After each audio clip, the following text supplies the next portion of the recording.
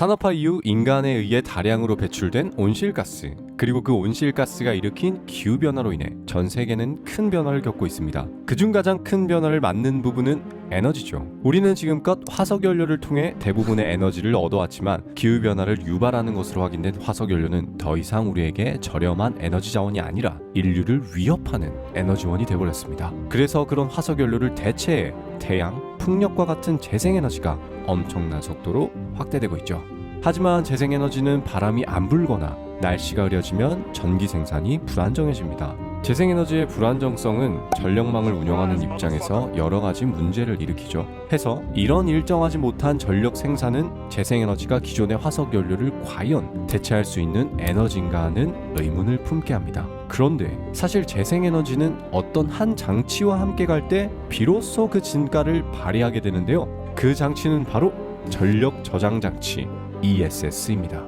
전기는 원래 생산과 동시에 흘러가 버려서 사용되지 않은 전기는 모두 버려지게 됩니다. 해서 이런 남는 전기를 저장해 쓰는 게 우리가 아는 배터리라는 것이죠. ESS는 에너지 스토리지 시스템의 줄임말인데 뜻 그대로 전력 저장 장치, 전기를 저장하는 장치이자 시스템이란 말입니다. 쉽게 아주 큰 배터리라고 생각하면 되는데 우리가 흔히 일상에서 쓰는 휴대폰, 노트북, 무선 이어폰, 전기 자전거도 배터리를 사용하는 물건들이죠. ESS는 그런 작은 기계에 들어가는 배터리 전지를 더 많이, 더 크게 만들어 사용하는 거라고 생각하면 됩니다. ESS는 여러 용도로 사용되는데 가장 핵심적인 용도는 풍력 발전기나 태양광 발전 같은 재생에너지 발전기에서 생산된 전기를 저장했다가 필요할 때 그 전기를 안정적이게 공급하는 역할을 하는 것입니다. 아시다시피 재생에너지는 날씨에 따라 생산하는 전기량의 변동성이 크고 날씨를 정확하게 예측하기 어려운 불확실성 때문에 전력망을 불안정하게 하는 요소가 너무 큰 발전기죠. 그래서 재생에너지가 전기를 많이 생산해낼 때 그 전기를 저장해뒀다가 필요할 때 전기를 공급하는 장치가 필요했던 것이고 그것이 우리가 아는 배터리를 좀 더 크게 만든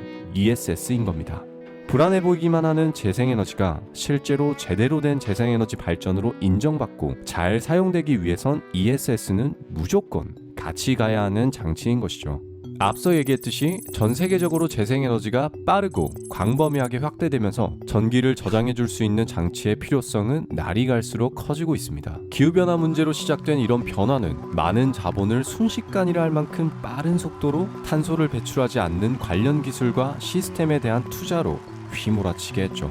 그리고 이는 실제 우리나라를 포함한 여러 나라의 주요 기업들이 ESS 기술 개발에 대한 좋은 성적을 내는 결과를 가져왔고 ESS뿐 아니라 ESS를 가능하게 하는 가장 핵심인 배터리, 2차 전지 시장의 성장을 함께 가져왔습니다. 2차 전지는 전기차, ESS, 4차 산업혁명 등의 이제 정말 가까이 다가온 미래에 빠질 수 없는 절대 필수적인 산업이죠. ESS 시장 세계 점유율의 독보적인 탑인 LG, 삼성 보유국인 우리나라는 국내 ESS에서 발생한 화재 문제 때문에 시장이 많이 위축돼 있는 상황이지만 이런 현상도 그리 오래가진 않을 거라고 보여집니다. 기업들은 이 문제를 타파하기 위해 지속적인 연구개발과 성장을 이뤄내고 있고 재생에너지를 늘리고 있는 국제 정세 속에서 같은 처지, 아니 다른 나라보다 더 똥줄이 탈 우리나라에게 ESS는 결코 버릴 수 없는 카드이기 때문이죠. 결정적으로 글로벌 사회가 그리고 있는 미래상은 이미 정해졌고 그 미래 문명을 위해 필요한 법과 제도가 만들어지고 있는 뜨거운 판 위에서 ESS에 대한 국내 시장의 주춤거리면 말 그대로 주춤일 뿐 장기적으로는 다시 상향세를 탈 것으로 예상되고 있습니다. 미래 에너지원으로 기대감이 높은 핵융합 발전이 상용화되기 전까지는 재생에너지 발전은 ESS와 함께 21세기 에너지를 책임질 것으로 기대받고 있습니다. 좀 더 오버해서 말하자면 전기를 저장할 수 있는 배터리에 대한 필요성과 중요성은 미래로 갈수록 더 커질 것이기 때문에 2차 전지 배터리의 필요성은 21세기를 넘어 먼 미래에까지 이어질 것으로 생각할 수 있죠.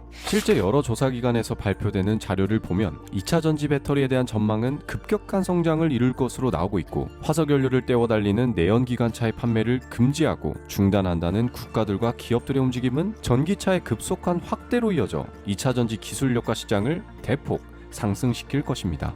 2차 전지 배터리의 용량은 지금보다 더 늘어나고 안정성은 더 확보되고 전기차 충전 속도는 더욱 빨라지고 ESS 설치 비용은 감소하고 시장의 규모는 더 커지는 것이죠. 결론적으로 기후변화를 대응하기 위해 시작된 지속 가능한이라는 인류의 갈망은 재생에너지를 중심으로 한 차기 미래 산업에 강력한 추진력을 불어넣어 고도의 성장을 이루며 지속 가능한 세상으로 가는 견고한 기반을 닦고 있는 것입니다. 기후변화에 대응하기 위해 선진국들을 주도로 한 세계 국가들의 강력한 환경 규제는 자본과 산업, 세계 시장의 판도를 완전히 바꾸고 있습니다. 지구의 자연이 파괴되건 말건 물불 안 가리고 성장만을 위해 달렸던 과거의 방식으로는 이 지구상에서 인류가 지속 가능할 수 없다는 것을 우리가 살고 있는 현 시대에 목격하게 됐기 때문이죠.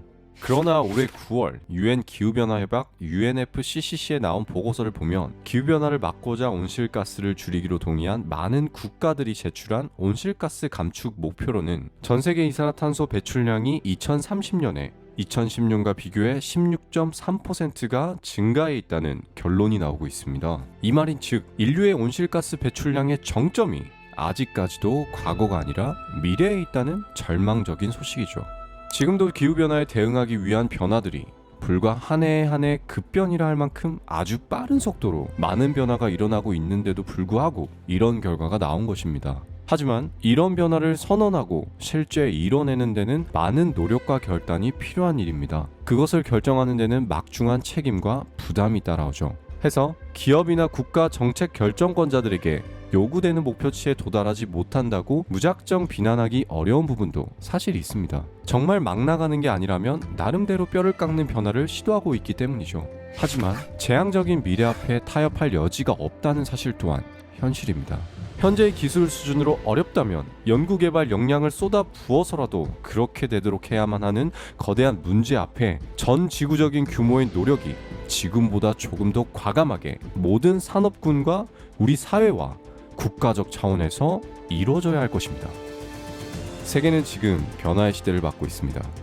수많은 변화들 중 우리는 화석 연료로 달리던 자동차의 종말을 목격하고 있습니다. 그리고 전기 자동차의 시대가 도래하고 있습니다.